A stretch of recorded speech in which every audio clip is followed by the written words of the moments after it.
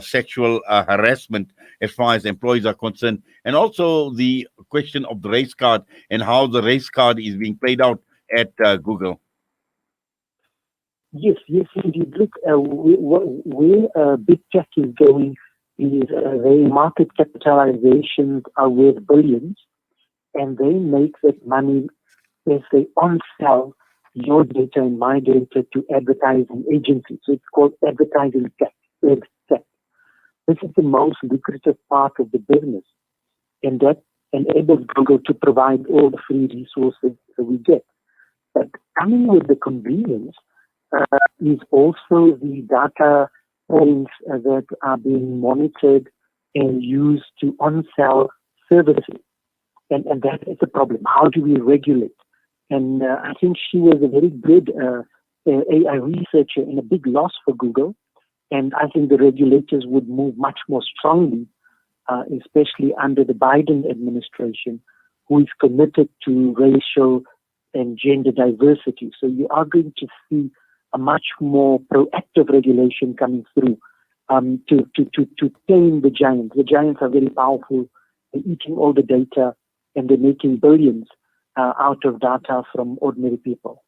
Ashraf, now we know there has been quite a bit of support for Gebru, and there are reports that say that this could actually hurt Google's ability to recruit the best artificial intelligence researchers. Now, why this is so relevant is when we cite some of the examples where we've seen previously employees signing a petition for Google not to go into contract or bid on a contract with the U.S. Customs and Border Protection. And we know what Trump obviously had, his zero tolerance policy towards immigrants. And why this is so relevant in the case of Gebru is in her research, she has been famously known for work on a project called Gender Shields, and also talking about or revealing facial recognition technology, which was highly inaccurate for Black people.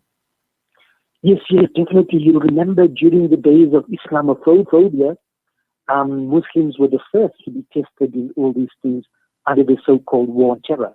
So today it's moving into other areas in the right-wing domain where Blacks, Latinos, a whole range of different groups are being profiled for reasons that is for security. But in the end, there's a lot of human rights abuses, and I think it's very important for civil society and human rights groups to bring these issues on the table. Look, I mean, Google operates in South Africa. We need to do more research on how these embedded racism affects a whole range of things, whether one is searching for a job or you're a small business and you need to promote your product in a township. Surely you can't compete with the larger corporations in the city. So I think it's about equality, it's about access of opportunity, it's about diversity. These are very big issues, and it's close to South Africans. And I think we need to get much more public education on these areas for regulation. Well, Ashraf, shukran for that. Jazakallah, as always, for your time. We wish you all the best, and please look after yourself and take care. Assalamu alaikum wa rahmatullah. Shukran for the good work. Alhamdulillah.